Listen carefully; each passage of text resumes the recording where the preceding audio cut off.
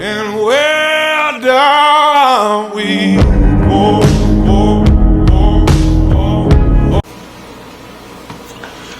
What's up, mi gente? Welcome to another episode of Night Riders Podcast, where we give you the 411 on all this nonsense going on out there. Today's little episode is really much like a recap of some stuff that stayed in the past, like Dan Schneider and voting. I do have one little thing, but this is like an old news, so it's like old news stuff type. The reason I want to talk about Dan Schneider, I saw this video came across me, and they were talking about people should keep the same energy that we have on P. Diddy towards Dan Schneider, and I was like, oh snap, man! I did remember I did want to give an update on that. I was supposed to give an update on that. I did say that, and so I was like, man, let me look into it and see what he got going on. There's really no update that much, but he is suing Max, formerly known as HBO Max, for this Quiet on the Set that came out back in May. He is suing them for defamation, claiming that everything about him has been false. Like, dude, come on. These is TV shows that you made, and you had, for example, Ariana Grande trying to pop a potato for the juice. Like, dude, how is that a false? Like, man, come on now. But that's what he claims. There is a video of him on YouTube he's being interviewed by one of the kids that used to work for him. So that's pretty interesting. If you want to check it out, it's on YouTube. Just type in Dan Schneider and that'll pop up. So he is talking about, he does apologize about the stuff that he made everyone do, how they made them feel uncomfortable and all that. He does apologize about that. He was just another guy who abused his power. Before I get into it, I want to say I'm not trying to defend the guy. I'm not trying to do that. But I did watch the Quiet on the Set, and it really, he did make him do weird stuff on TV, and behind the scenes he was an abuser. Not physically abuser, but I mean he abused his power. Like I stated on my last episode, that there was people like that doing that, stuff like that. And they're everywhere, like I said. So he abused his power. He made them do all kinds of weird stuff. Now, the reason he's trying to protect his name is because, before he departed from Nickelodeon in 2018, but Nickelodeon still gives him credit for this show that was aired in 2020. So he departed from there due to these stuff that was brought upon him, these allegations brought upon him. Now, he's saying that when him and other writers were writing the script and they send it off to the studios to get approved, the studio approved, they would send it off, they would send the script off to the parents, and the parents approve for the kids to do these type of things. So that's what I think he's trying to get the fans to understand. Now, like I said, I'm not trying to defend the guy or anything, but the difference between him and P. Diddy, allegedly people are saying that, we see the videos of how he abused, female rappers. Now, it's hard to kind of put that he officially did molest, the stars known as Usher and Justin Bieber. Now, everybody's saying that, but if you think about it, Justin Bieber or Usher himself have not come out and said, unless I haven't seen it, you can fact check me on this, but I haven't seen it, honestly, from their own selves, came out and saying that they were molested or abused by P. Diddy. Now, there is videos out there that show that they have a weird vibe when they're close to P. Diddy. I won't deny that. Now, anything else, there is a video surfacing the web that Justin Bieber's singing, and he's talking about he was abused and all that from P. Diddy. Before we get into that, just want to let y'all know that that's AI. That's not Justin Bieber himself. That's AI, artificial intelligence created. So you got to be careful. You got to be careful when you got to do the right research and all that. I myself, I'm not a journalist, but I do a little research every now and then about these stuff. I really, when I get something that interests me, I'm like, oh snap, and so I do my research on it. But it's hard to kind of pin that on Dan Schneider because there really has been no physical evidence that he molested or abused any type of allegations towards the kids. His partner, on the other hand, I can't remember his name, but the one that Drake Bell allegedly stated that abused him, molested him. Now he was found guilty, and but what's the crazy part is he was fired from Nickelodeon, and a week later Disney picked him up. Like, man, you know, that should show you that these studios, they really don't care. These studios do not care. They rather just grab people who can give them great content and just keep them on. So, I mean, it's like Vince McMahon, his allegations towards him, and look at, he's coming out with another show or another program, excuse me, that can create like TV shows and movies and stuff. So it's like, wow, there's already allegations towards him doing all this stuff, but yet he's just out and about, and he's about to do another program besides WWE. So it's like, wow. I mean, I don't know what's going on behind the scenes. In front of the scenes, yeah, these celebrities, they go down. Amber Heard is one of them. Recently, James Franco came out stating that he has no longer been in touch with Seth Rogen over a certain amount of years. But who can blame him? Seth, who can blame Seth, really? Because Seth is actually, he's building his little empire. He's have so many good movies out under his belt.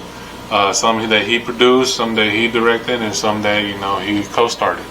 So you can't really blame Seth for you know, not reaching out or departing from working with you. It's because I don't understand these celebrities, man. Like James Franco, if you know him, he's from he is a great actor, but he was, you know, an actor in the early 2000s, and mainly like worked with James Franco mainly, but other movies that you may have seen him in is Spider-Man. He played Harry Osborn on Spider-Man, the original Spider-Man with Tobey Maguire. He did do some other movies. I just can't remember what they are at the time, but well, The Interview in 2014. The Interview, that's another one. But obviously, he's a great actor. I say he has good movies as well. But like, my thing is, you're this famous guy. I'm not gonna say millionaire, rich, or anything. I don't know his money status. But you're this famous celebrity. You obviously can get any girl you got, and you decide to text underage girl. Like, come on, man. Why would you do that? Why would you sacrifice everything you work hard for someone who's underage? You could have stayed with Amber Heard. You know, if you don't know, he was at one point dating Amber Heard, unless he was a side piece for Amber Heard. But like, man, you could have kept her. You know, I'm not trying to defend her or anything, but let's be honest. Amber Heard is not an ugly woman. She is actually one of the prettiest women out there. And I know y'all probably gonna say, man, this dude's crazy and this. I know she's psycho, she's psychotic. I know all the stuff she did, how she treated Johnny Depp. I watched that. I know. But I'm not taking away that she is not a pretty woman. I'm not saying she is a very pretty woman. She's just very psycho, crazy. But I'll be honest, if I had to pick between her or Jada, I kind of would rather pick Amber Heard. You know, I would. She can poop on my bed if she wants to, but Jada, you can tell she just sucks your soul, man. She's just, I don't know, poor Will. But he chose that for a reason, so it is what it is. It's their lives, you know? But that's just my thing. I'm not trying to defend Amber, like I said, but I'm not taking that she's not an ugly woman.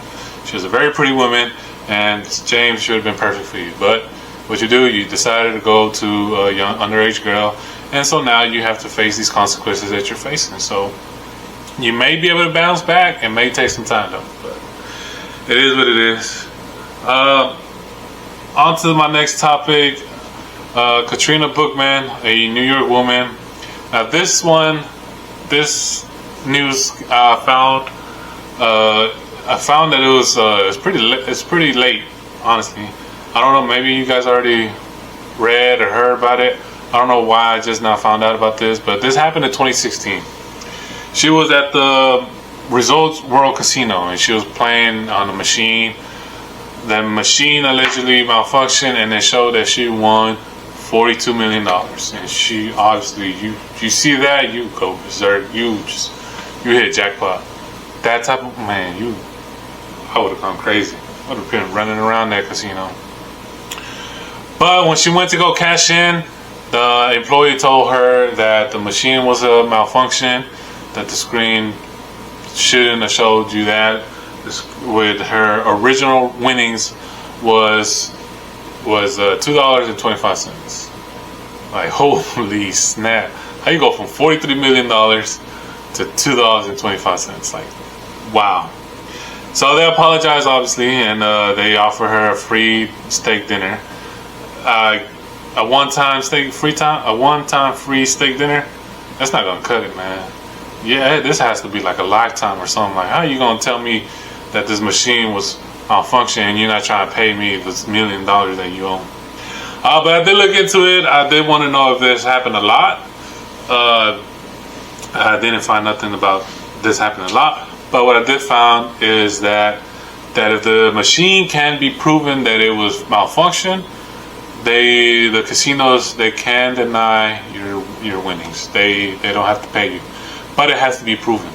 I did not read nowhere, I may have missed it, but I didn't read nowhere that it was proven that that the machine was malfunctioning. So if I was her, I would bring that back up. I know it's settled. She didn't win nothing. She didn't even get the steak dinner. Holy snap! She didn't get the steak dinner. She didn't even get the $2. Damn! I'll go back to court. She didn't get nothing. She didn't win. I think what she got was, you're no longer welcome to this casino. For taking us to court like that. That's what I think she got, but I may be wrong. But like I said, this happened in 2016. I don't know why I'm just not finding out about this. This is crazy, but proves my point that that they're not showing us news that needs to be news. Like, obviously, if this would have came out, a lot of people would have been having her support. They would have been like, nah, you need to pay that woman that $42 million that she won. You need to quit, you know. It would have, I don't know, I could be wrong, but I think it would have shown something would have been going to happen. And speaking of resurfacing cases, the Menendez brothers, Eric and I don't remember the other guy's name, but there's two brothers, and they're in December 11th of 2024. They are going back to court. The Menendez brothers, if you don't know about them, they murdered their parents in the late 80s. They went to trial in the early 90s, and again in the late 90s. Yeah, because the first trial they went to, they had O.J. Simpson with them in trial as well. And then so they went to trial twice. The first one, they almost got away with it. They were this close to getting away with it. Almost got away with it. But Eric was caught, that dumb boy. He was making calls. I can't remember who he had calls with, but the person on the other line was recording the whole conversation and was writing down everything. She sold the book about it. Can't remember the name of the book. Man, I got bad memory. So she brought all this evidence towards them on the second trial, and then it was obvious that they lied about. Well, they made it seem obvious that they were lying about all this stuff, because he stated that he was a great actor and that he had the jury all in his favor. So they were this close. They were this close to getting away on that first trial.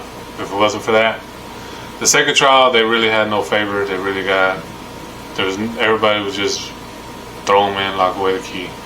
So they got life in prison for I know it was murder, but I can't remember what type of murder it was. I mean, it was murder, but I just can't remember if it was a capital murder or something. You know, got these weird namings and stuff. But anyways, TikTok, it was they had brought it out back up. People started a petition for them. They said that they needed to release them. That they were abused as kids. The parents were at fault, and they should be released. And there was some evidence that was brought up, and that they were going to look into it. And I think that's what made them want to bring it up. Before I forget, if you want to check out more about the Menendez brothers, check them out on Netflix. There's 2 documentaries about them. One's like a show, the other one's a documentary. But if you want to know more about them, check out Michael Francis, if I'm saying that right. If I'm not, I'm sorry. He has his own podcast. He was a former gangster, former gangster turned priest. He did time, and around that time too, he did time, and he did state that he was locked up with the Menendez brothers, and he got to know them personally. He got to know more Eric. I think he was with more, because they did split up the Menendez brothers for a while, so I think they brought them back together. I'm not 100% sure on that one, but he was locked up with Eric Menendez. He got to know him. He got to learn all, they talked about their cases and all that. He states that it was the abusement that made him go crazy. Me, that I watched the documentary series, looked into it, I think really what made them go crazy is the fact that the dad took them out the will. I think that's what set it off. And one thing that's kind of obvious, as soon as the murder was done, like maybe 6 months later, they started spending money like crazy, buying all kinds of watches, clothes, cars. They just spend money like insane. So that raised a red flag for me, and obviously for the cops at the time. So that's another thing that kind of brought it up. So check him out. Check out Michael. He has his own podcast on YouTube. Sorry about that. Wow. But the case is back up on this coming December. They're going to trial again. Speaking of trials, Young Thug, he's free.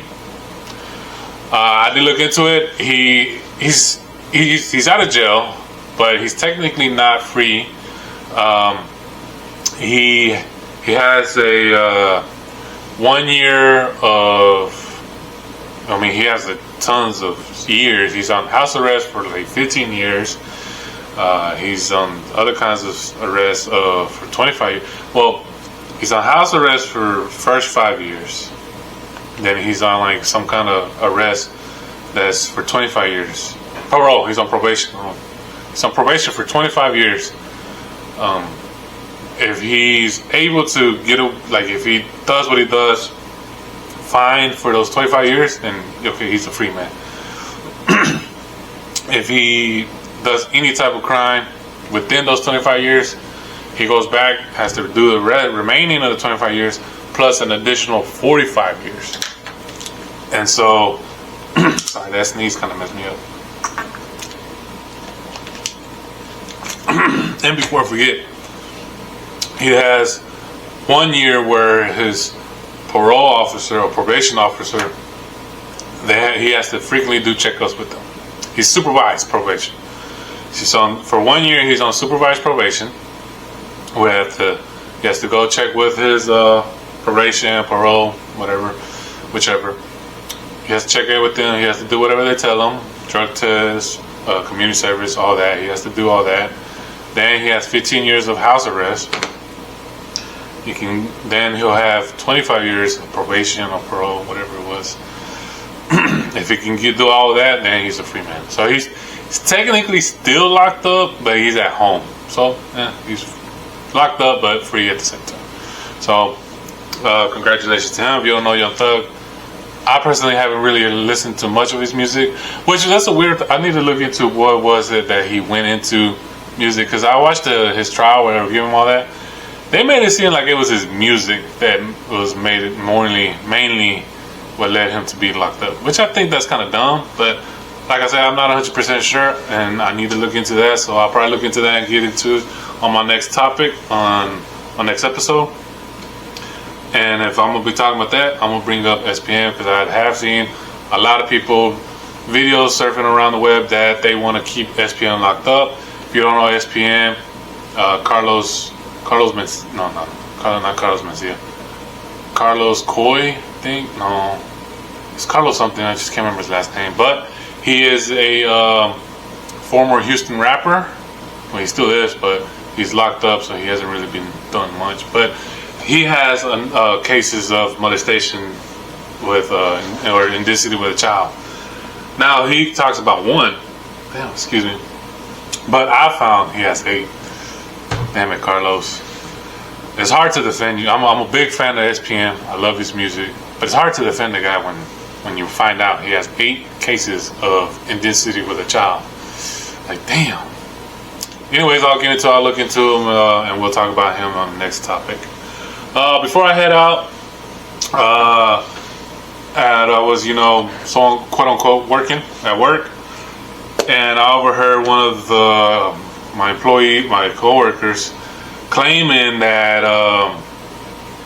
that there has been people posting about them getting emails or text messages of thank you for voting Team Blue, when in fact they voted for Team Red. I don't know 100% if that's true. I did look into it. I did not find nothing about these quote unquote rigged elections coming up, but that's what they're claiming, that there's another rigged election coming up. Like I said on my last episode, go vote in person. Do not do it over the phone or any electronic device. Do it in person. Like I said, how we did it here, they gave you your poll, you put it in, you type in whoever it has all your information.